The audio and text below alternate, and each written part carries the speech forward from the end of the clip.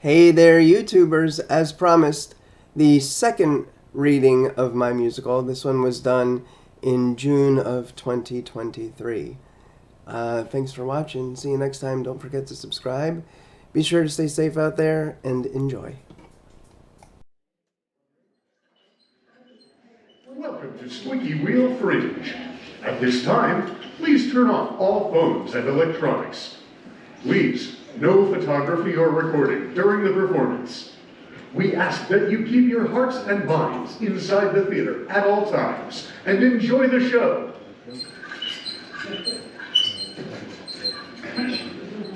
Before we start, I want you all to know that everything you hear this afternoon is true. These are things that I or friends of mine with disabilities have experienced. Also, this performance is dedicated to my father who passed away in 2020, Rebecca Franklin, who helped me write the Disability Diaries and passed away in 2021, and my mom, who is in the audience this afternoon.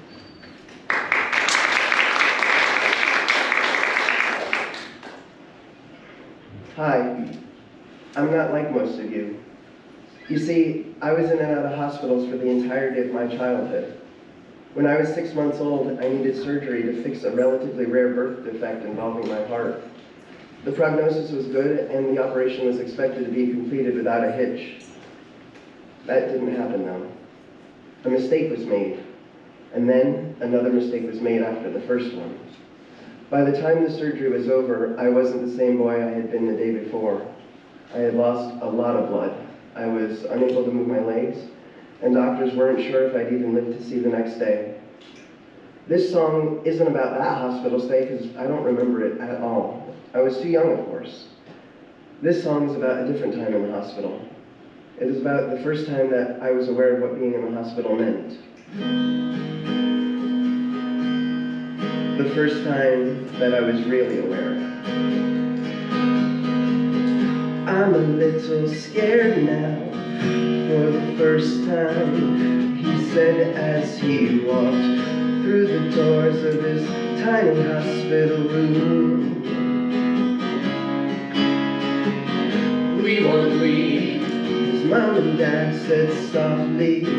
His sister came and brought a bunch of cards from the kids at school. Why does he have to go through all this? Is there a reason for this fight? How can this be a part of your plan? It's almost a shame he put up a fight. Everyone would come to see the poor kid. They didn't know what it was like to lie in bed so alone. G.I. Joes and Lego sets were given for him to play with an accident. Oh no, a broken bone. I can't believe you ignored all my prayers. I guess there's nothing else to say now. But if it were me, I'd have done everything I could to help him, to help him. Why does he have to go through all this? Is there a reason for this fight? How can this be a part of your plan? It's almost a shame he put up a fight.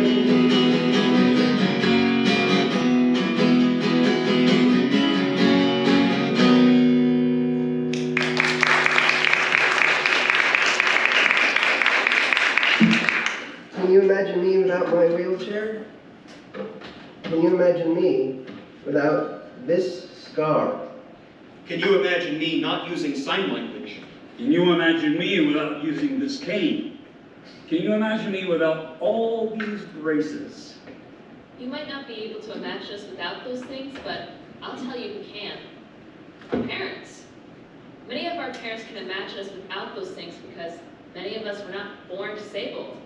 Some of us were, yes, but there are a great many of us who were disabled at some time after birth.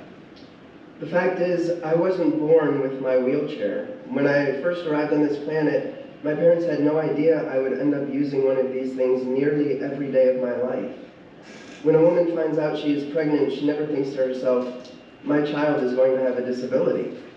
It must be quite jarring for parents when it is known that their child is going to deal with some type of handicap during their life. Anyway, we start out by discussing what it's like going into the hospital for the first time. Now, if you've never been to the hospital for anything more than an outpatient procedure, you wouldn't know, but the first thing you think of when you've been in the hospital for more than a day is, when am I getting out of here? There's only so much I can do. When am I getting out of here? I've seen this house episode 10 times. How often can I play this same Metroid game? How often can I count on the and count down the rain until my thumbs once more? I listen again to my roommate's thunderstorm. Time just drags on by, and I begin to cry.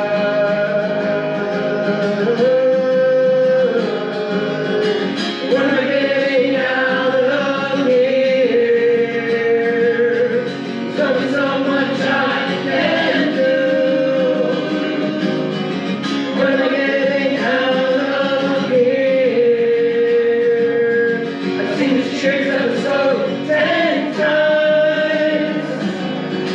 Hey, Freddie Rocker, I really love your show. But you know that it'd be fucking great if there was somewhere else I could go. Somewhere outside instead. Somewhere out of this hospital bed. It's a goddamn bore. And they wake me every morning at 4. The clock ticks so slowly. Life keeps passing me by. Friends are in school and I'm lonely. The world awaits outside.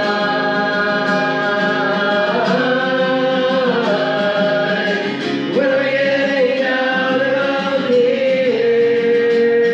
There's only so much I can do. When am I getting out of here? I've seen this Friends episode 10 times. I've seen it 10 times.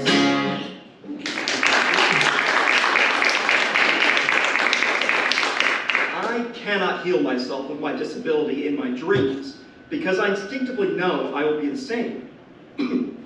Deafness is my norm since birth. There are some hints on how I get by on a daily basis. I rely a lot on facial expressions and surroundings. In the next song, the phrases eyes they signal me and hands they vibrate me are meant to convey those ideas. Additionally, the phrase the mute button stuck is meant to express that hearing people may feel it is a great disaster when they can't hear a TV show or a movie with the sound off. This is a standard feeling for me as a deaf person, and I'm used to watching things without knowing what's going on many times. Subtitles and closed captionings are huge deals to me, and they open up the world for me. Having them available is akin to a person who can hear simply by putting the sound on.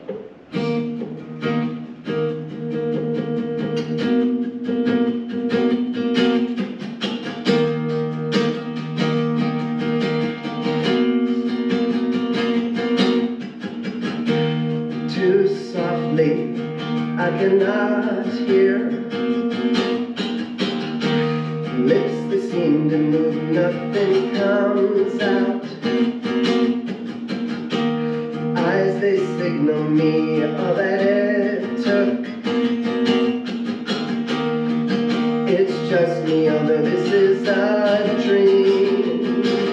It's just me.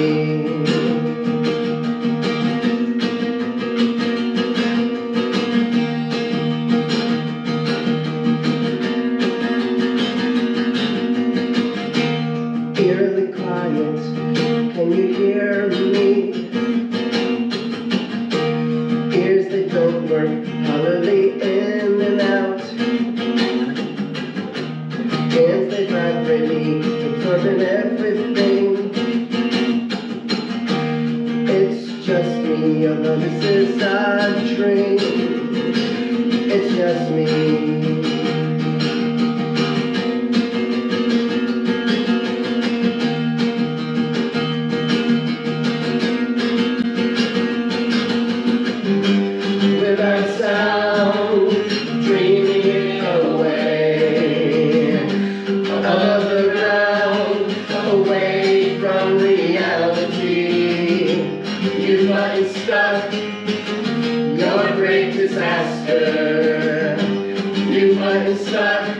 Uh-oh, that's how it is.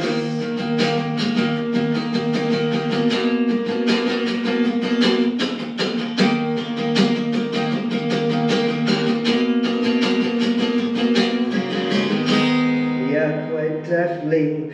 Did you hear that? Yeah, quite definitely. Did you hear that?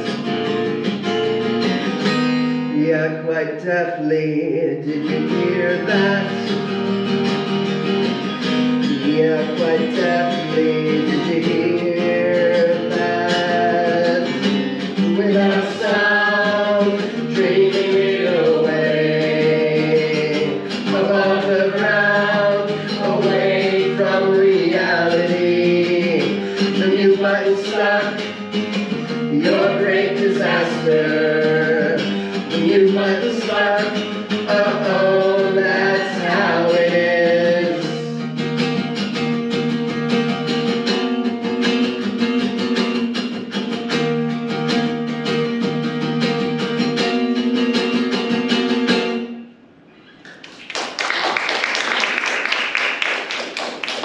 This next piece was written from the perspective of a devotee. For those of you who are unaware, a devotee is someone who is attracted to disabilities. Most often the attraction is sexual, but sometimes it can be emotional, or both sexual and emotional. Sometimes it's another type of attraction that I honestly can't explain, and quite frankly, neither can they. Some devotees are nice. Some of them aren't. This song is about the ones that aren't. The music is intentionally dissonant at points, and the lyrics include mostly things that many of us have been told by our devotees. Hey, you're cute. I really like you. Saw you out there, sitting in your wheelchair. You show me your dead legs, I want so sexy and hot, I'm glad they didn't grow.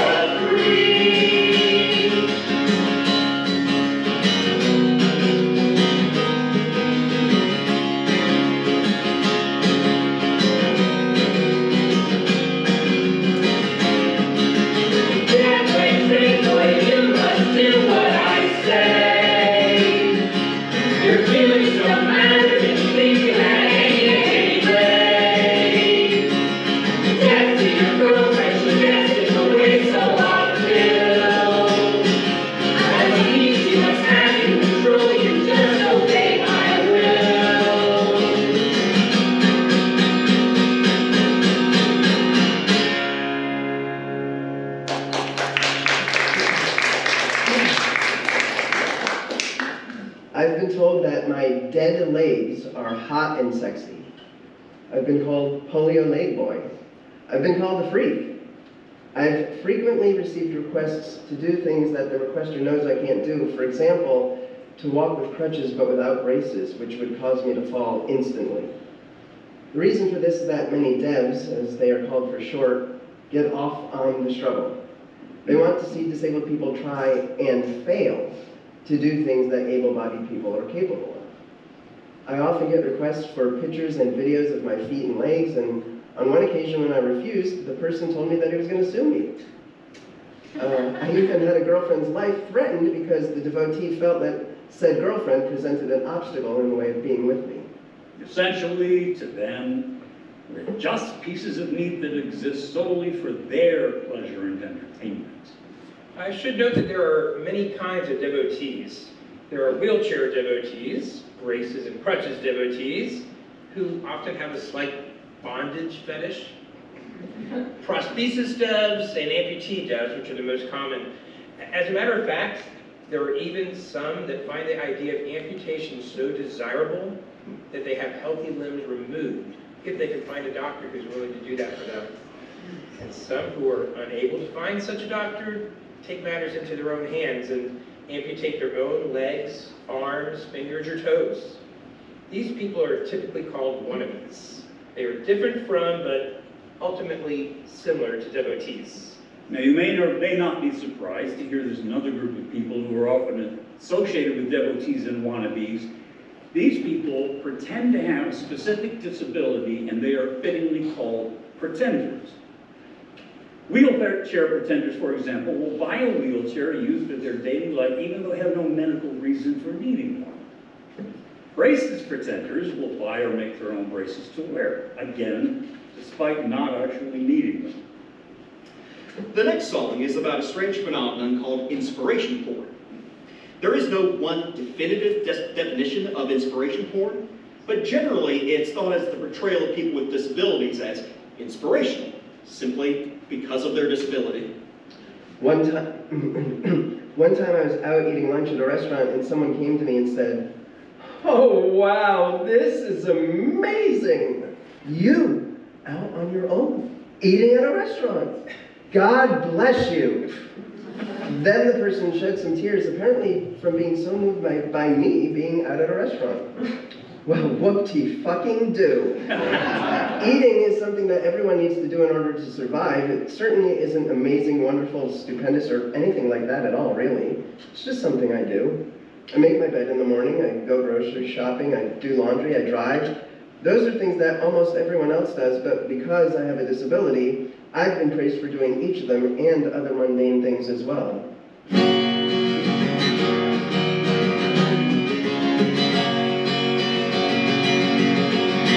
People see me to say what I'm doing is great. It's something that I really hate, 'cause it's just another day for me. People give me awards that I don't deserve. It really gets on my nerves. I'm just inspiration porn to them. All they see is my disability, something for them to look at and feel good about. When I think about it, I just want to shout. Inspiration porn, inspiration porn, that's all I am to you. Inspiration porn, please get a fucking clue. People see me just at the grocery store. To me it's such a chore. It's just something that I have to do. But to them it's so damn spectacular. To use the vernacular, I like to hit them with my shoe. All they see is my disability, something for them to look at and feel good about. When I think about it, I just want to shout. Inspiration porn,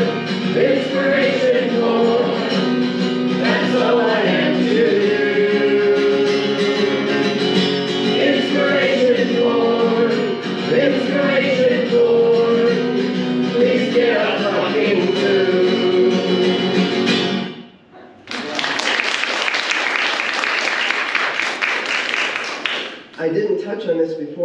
being considered inspirational for doing simple, everyday tasks is not the only problem with how many people view us. That's right. Part of the issue is that we're often expected to be sources of constant inspiration. We have this pressure placed on us by society to also always persevere no matter what. Well, I've got some news for you. We aren't always happy. We don't always feel great. We aren't always strong. Some days we feel frustrated, humiliated, or simply sick and tired. On days like that, we don't want to give you a pep talk or show you how great life is. Some days we want to cry, or to be as weak as our bodies and collapse into a funk that no one would misinterpret as inspiration. We should be able to do so without worrying that someone will see the truth and somehow be less inspired. I'm going to talk a bit about a group of people that are, in a way, the opposite of those who get off on inspiration porn. These are the ones that park in handicapped spots or access aisles. These are the ones that use the handicapped stall in a restroom when there are other normal stalls that are not being used. These are the ones that, at best, have no regard for those with disabilities and, at worst, have contempt for them. Well, if any of you are out here tonight, I got some news for you fuckers. It isn't okay to use a handicap stall because you feel uncomfortable about taking a piss in a urinal. It isn't okay to use a handicap stall to change clothes. It isn't okay to use a handicap stall to smoke a cigarette, play a game on your phone, or just because it's so much roomier than the regular stalls. It isn't okay to park in a handicapped space or access aisle for even 1 second. So get out of my parking space, bitch.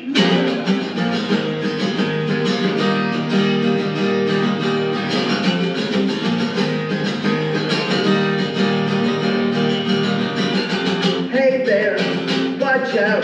Can't you see me? Maybe you can, then that's a problem.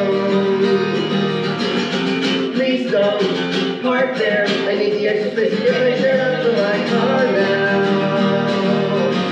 I wouldn't park there unless I absolutely had to. The really cold is a mess. My hips are frozen for hours. Don't you know you're earning more than one? Wait until your errand's done. In 1 minute is too long to stay. No, you can't come late or karma will repay you.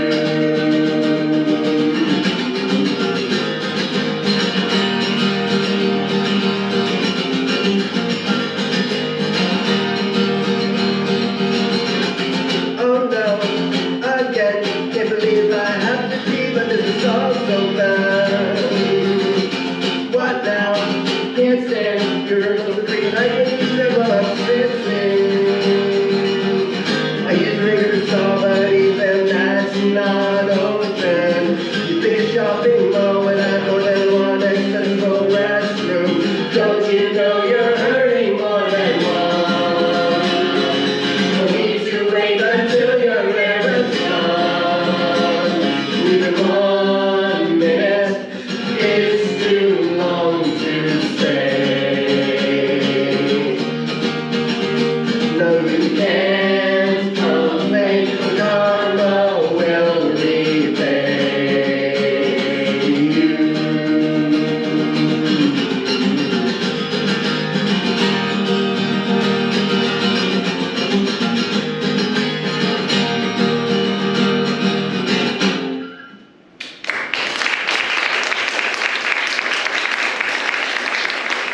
I'll elaborate a bit on some of the lyrics in that song. The line, "The rain and cold is a mess.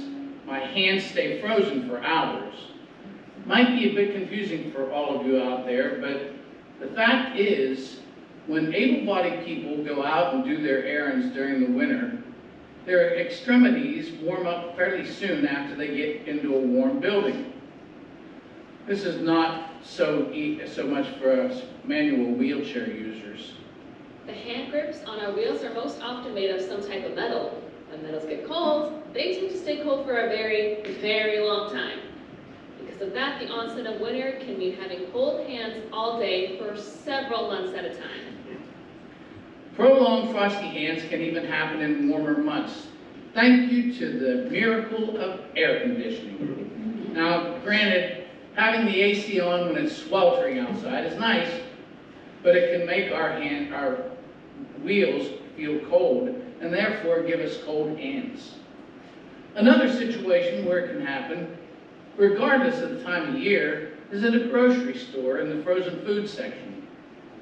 Being in one of those aisles for 15 to 20 seconds can cause cold fingers. It's a situation that's very often unavoidable. All right. So, you're wondering why it isn't okay to do things we just talked and sang about. Well, handicap spots are there for a reason. And the reason is not so that able-bodied people can park up front if they're in a hurry. Most handicap spots have wider than normal standard spots, not because we like wide spots or we're bad at parking, but because we need that space to get our wheelchairs in and out of our vehicles. Now, we don't want to bump or scratch the car next to us, but we will. If they're too close and we have no other way to get into or out of our car. Sorry, not sorry. Loading bags in the car from a seated position can also require extra room for wheelchair users. Another thing to remember is that many people with handicap plates or play cards can still walk, but only for short distances. Try not to judge anyone with a permit. The reasons they might have it might not be visible. For example, I can walk most of the time, but there are days when my body makes that too difficult. On those days, I use a wheelchair as a mobility aid. As for restrooms, ever wonder why the handicap stall is so big? It's because wheelchair users need to be able to get in and still be able to shut and lock the stall door. Now, most of us have suffered the frustration of accessible stalls, which aren't actually big enough for us to shut the door behind our chair. Privacy is privilege we don't actually get enough of, so when you take the only stall we can actually fit in, it's annoying to say the least. I understand you might not like the cramped quarters of a regular stall, especially if you're taking a shit, but we can only literally fit in the big ones no matter what we're in there for. Some of us have catheters, disposable underwear, or other medical necessities that make the additional room vital. Also, we actually need the grab bars, the raised toilets, and other accommodations a handicap stall provides.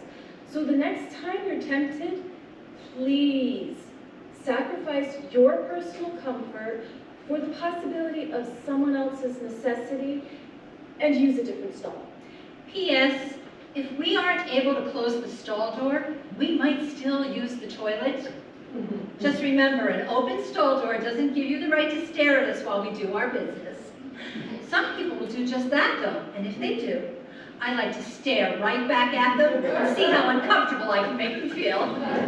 You gotta have a little fun, right?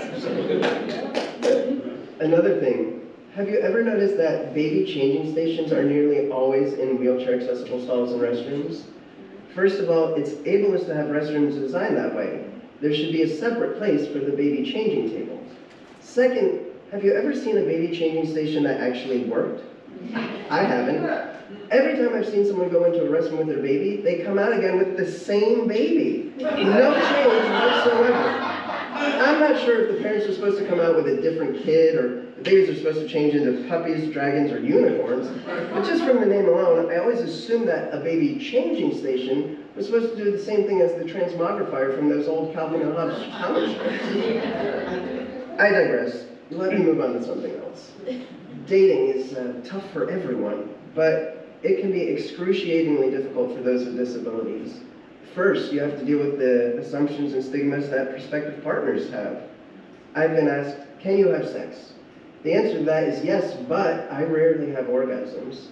I'm told that is quite unusual for a man, but I wouldn't really know since I have no pre-injury experience in that area. Regardless, one time when I explained that to someone who was interested in me, the person asked, what's the point of sex if you don't have an orgasm? That made me feel fucking fantastic, as I'm sure you can imagine. That's a great point.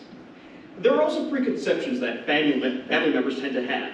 Not our family members, mind you, but the siblings, parents, and grandparents of potential partners. I've been asked, how will you make a living and support my sister? You're deaf.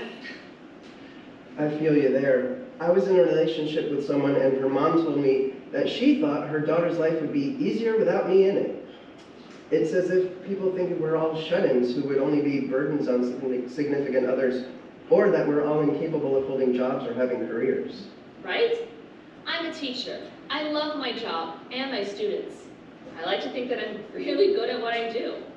My employer and plenty of parents seem to agree with that sentiment. I'm also a teacher, and ditto, ditto, ditto. Look, I'm an IT professional, and the company I work for loves me. I mean, they're honestly scared to lose me as an employee.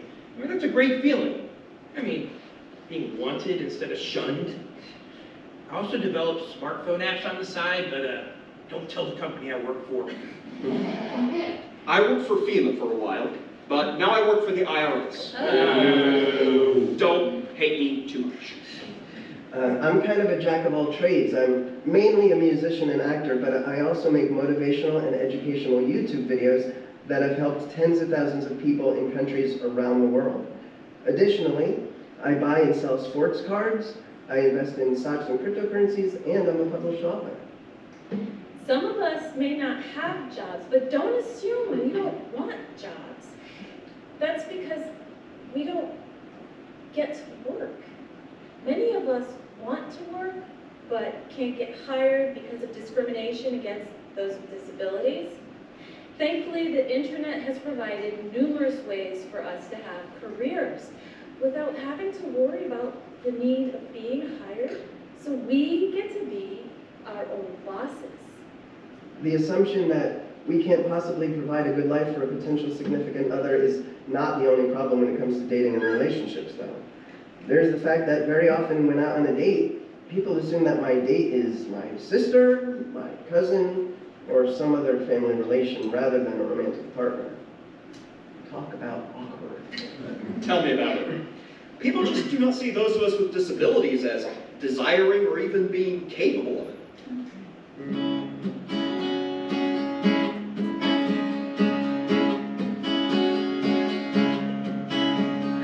I may not have been so fortunate to have been normal right out of the gate, but the doubt is all yours to make.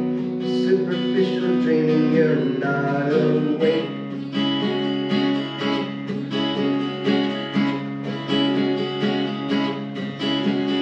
You can't understand, can't know my fate.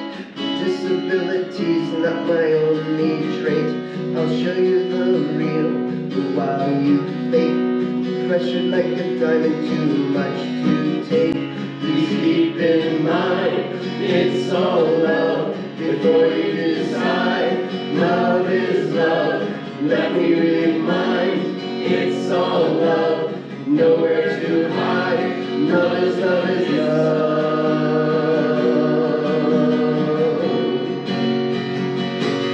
Love is love is love.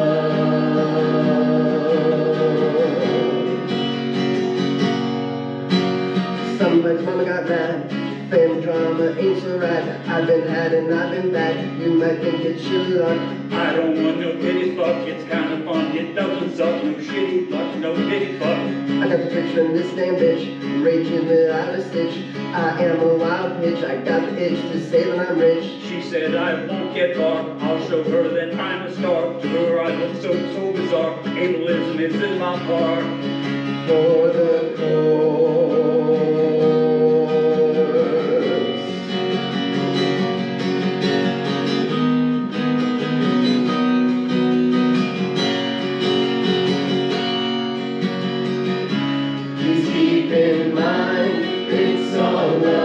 before you decide. Love is love, let me remind. It's all love, nowhere to hide. Love is love is love. Love is love is love.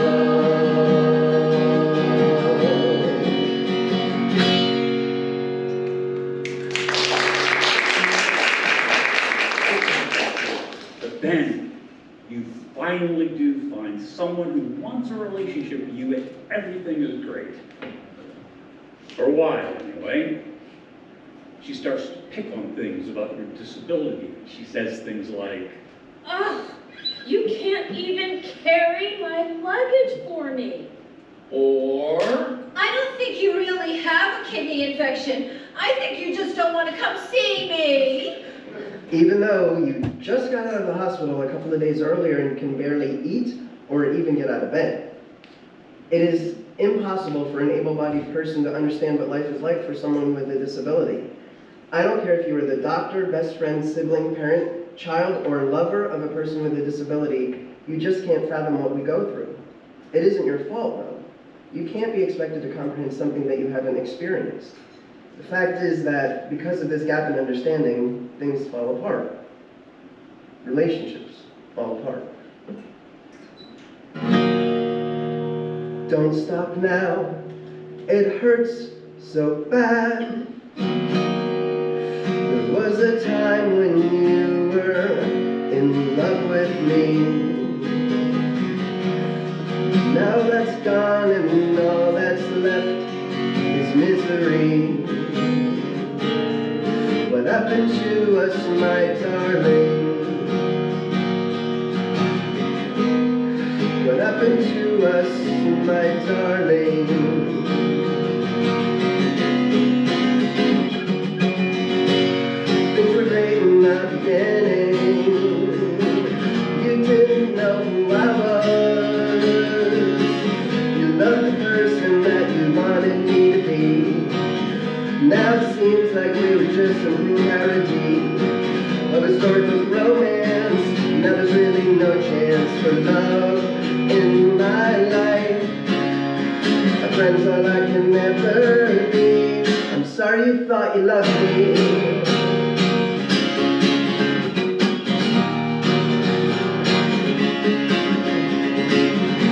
Our time is just an illusion. We're both denied our true selves. Face it, honey, none of it matters anymore.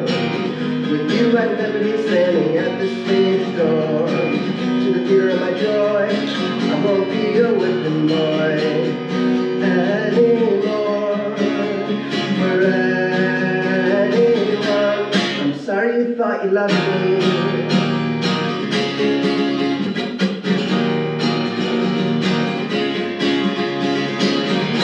Don't stop now, it hurts so bad. There was a time when you were in love with me. Now that's gone and all that's left is misery. What happened to us, my darling? What happened to us, my darling?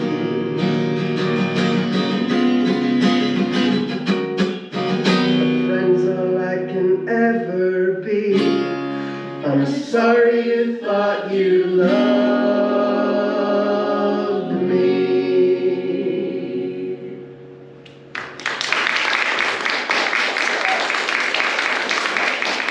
yeah, that's true. Things do fall apart sometimes.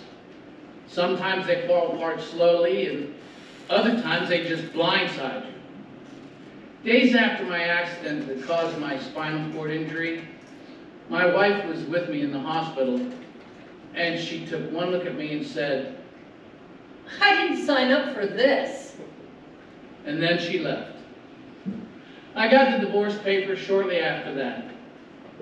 So much for in sickness and in health, huh? Depression is something that nearly everyone goes through at some point in their lives. Some people go through it more often than others. and some never really overcome it. People with disabilities tend to go through bouts of depression more than those without disabilities. Most of the time I'm in good spirits. I joke around a lot, I laugh a lot, and I smile a lot. Because I'm usually in a good mood, people often assume that I'm always happy. That isn't the case though.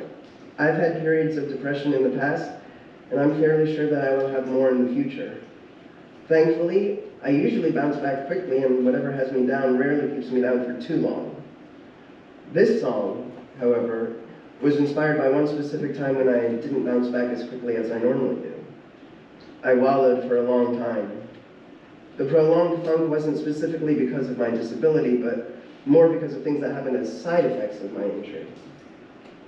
I was talking to a friend of mine, and at the end of the conversation he said, "I'll talk to you soon. Don't do something stupid." Those words stuck with me, and I decided to write a song about the experience and my feelings regarding it.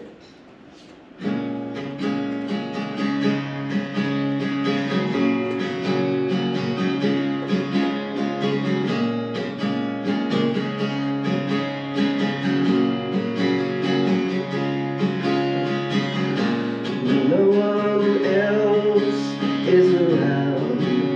I remember you. Shadows are all that fill my mind. Am I the victim of something meant to be? Or was I the cause of everything? Don't do something stupid. The words are in my mind. I don't remember the rest that was said. Just don't do something stupid.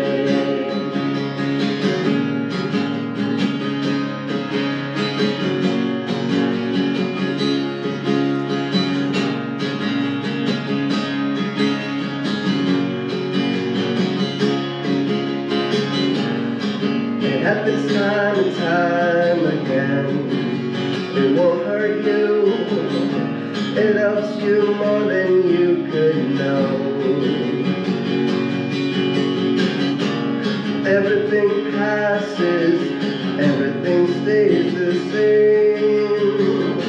At least I won't have to deal with it then. Don't do something stupid. The words are in my mind. I don't remember the rest that was said. Just don't do stupid. Just don't do something. Just don't do something stupid.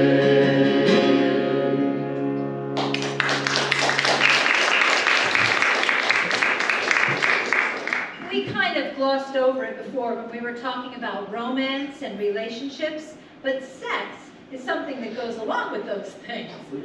Contrary to popular belief, most people with disabilities enjoy sex.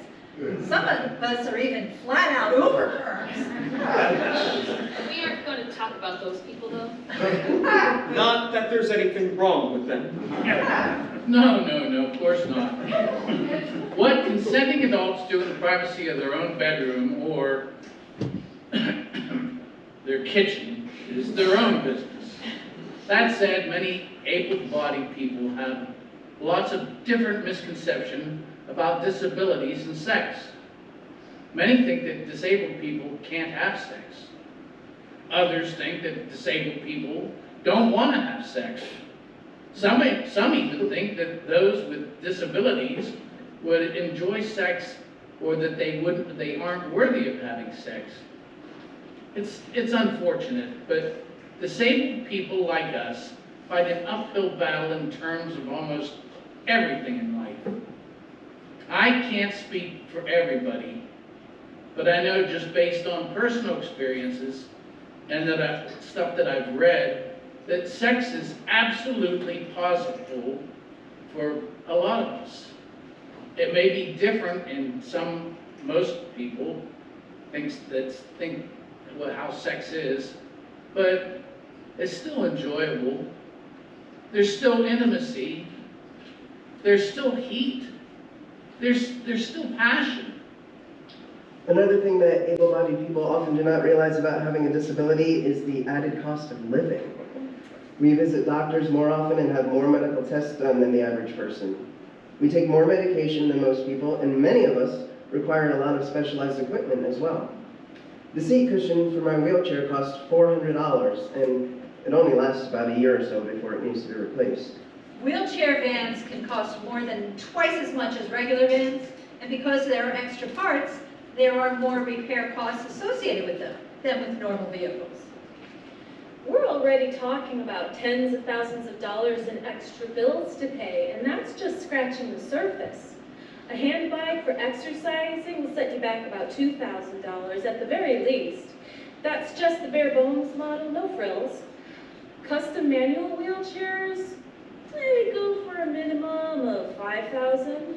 Then the average power chair is going to run you around $8,000, and for the higher end models, you're looking at approximately $20,000.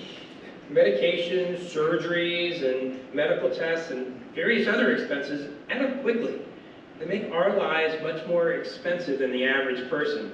But on a positive note, we have loyalty punch cards, and after 9 surgeries, the 10th one's free.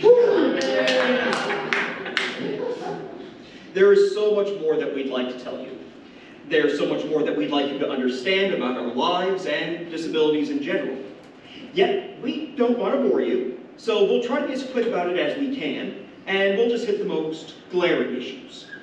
You know how a lot of people say, oh, that is so lame, to mean something was bad or boring. Well, that's ableist language, and it's insulting to people with disabilities. The actual meaning of lame is unable to walk because of an injury to a leg or a foot. By saying that something is bad, is lame, you're actually saying that disabled people were bad. And I don't think that most of you would actually want to be saying that. Additionally, we are not strapped, glued, chained, nailed, or stapled into our chairs. So saying that we are in a wheelchair is inaccurate. We are not in a wheelchair. We are not wheelchair bound. We are wheelchair users. We transfer in and out of them when needed. We transfer to toilets, beds, couches, vehicles, and various other places and things. More importantly than that, don't think that our wheelchairs or other mobility aids limit us. They don't. They give us freedom. They enhance our lives. They allow us to experience a world that we would not be able to if they did not exist. There's something else you should know. Those of us with what are known as invisible disabilities often face an incredibly difficult struggle in terms of finding competent medical care. Frequently, many of us are greeted by skepticism or even hostility by the doctors who are supposed to be helping us. Everyone knows what paraplegia is, but some of us have disabilities which are caused by ailments which are far more obscure. It is unfortunate.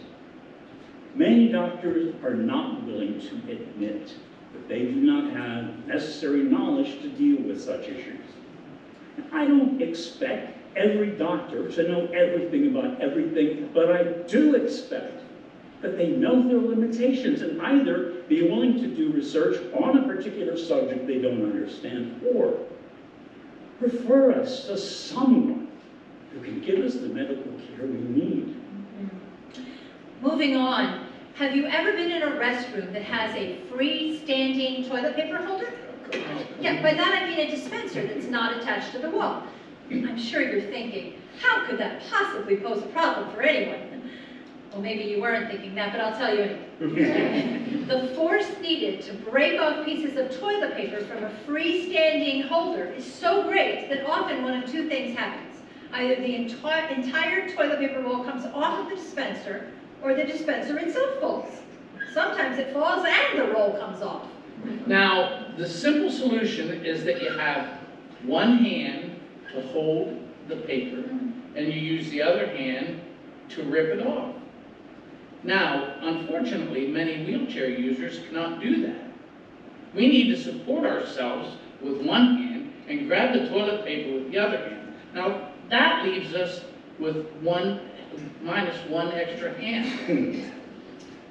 Bath mats and rugs in general can be quite problematic for us as well. Smaller rugs and bath mats have a tendency to get caught in our wheels, and larger, thick rugs or carpeting can slow us down considerably. And here's something else. You ever notice how the windows for bank tellers are extremely high? And it's like they don't want our business. What's up with that? Thank God for Bitcoin. Another thing you should know is that we're often funny. We like to joke around and laugh a lot. And why shouldn't we?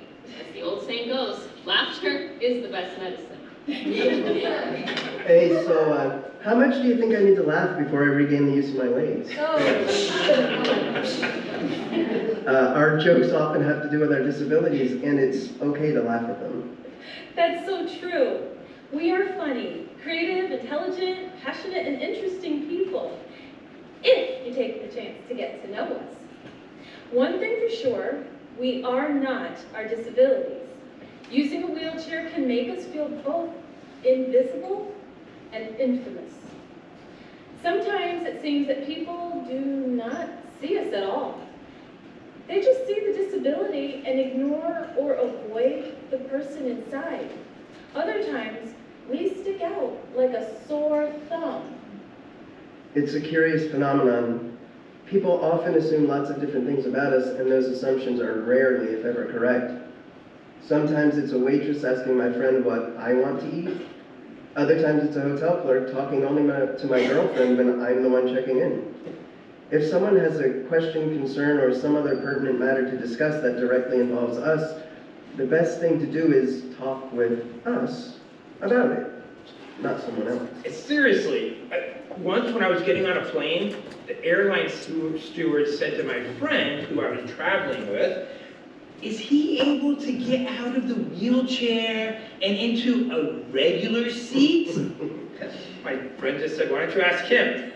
That steward looked so confused, poor guy. You know what confuses them even more than that? When we travel alone. Oh, yeah. You should see the looks on their faces. Like, oh my God, how can this person travel alone? They are in a wheelchair, for God's sake. I mentioned before that I'm an actor. Here's an unfortunate circumstance that happened after an audition. I was up for a specific role with two other people. The other actors and I were told to wait in a room while the director and had a discussion with the production staff. But they had the discussion in the same room behind the curtain. I overheard the director say, "Well, other than the wheelchair, he's a fine actor." If someone's willing to say that within earshot, I wonder what they or other directors might say when I'm not around. What a lot of people don't realize is that they could be wheelchair users in the blink of an eye. A car crash, a fall from a skateboard, a skiing accident, any number of things that you probably would never think of could put you in our position. And never mind wheelchairs for a second. You probably know about the risk of getting shingles if you've ever had chicken pox. But maybe you didn't know that if you get shingles in your eyes, it can cause permanent blindness. So, that's everything. Or is it? We've covered a lot of information, but so much more we haven't discussed. But before we say anything else, we would like to thank you for coming out today and seeing this show. And by doing so, you've taken the first step to understanding a bit more about disabilities and the people who have them. Indeed. Thank you so much for coming. Now, we have one request for you. If you see a wheelchair user or someone using sign language, perhaps someone with a disability that we haven't talked about, don't be afraid to talk with them. Don't be afraid to ask them about their day or to tell them the funniest joke you know. And don't be afraid to ask us what time it is, or if we've seen the last Survivor episode, or maybe even fall in love with us. Don't be afraid to expand on what you've seen and heard here by doing a little research on your own. Remember that we've only touched the tip of the iceberg in terms of disabilities. There are so many others out there, and a little knowledge goes a long way to increased understanding and compassion. Don't be afraid to make friends with me, even though we might have a little trouble communicating. By the way, texting doesn't require any hearing or speech, so there's always that. And please, for those of us who use manual wheelchairs, whatever you do, please don't push us without asking first. We hate that, and it can be dangerous for us and for you. Amen to that. Once again, thank you for coming. Hopefully, we've enlightened you and entertained you at the same time.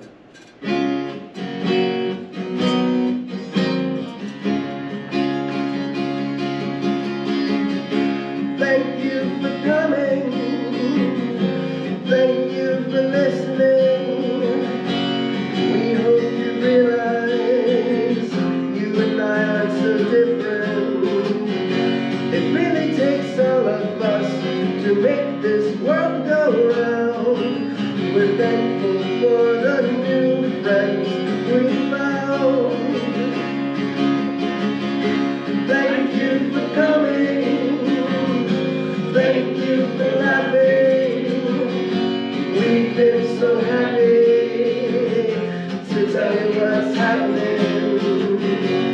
In this world of ours, that's filled with disabilities, we're really not so different. You and me, you and me. It probably wasn't easy hearing all of this. The cookies and malpractice are topics you might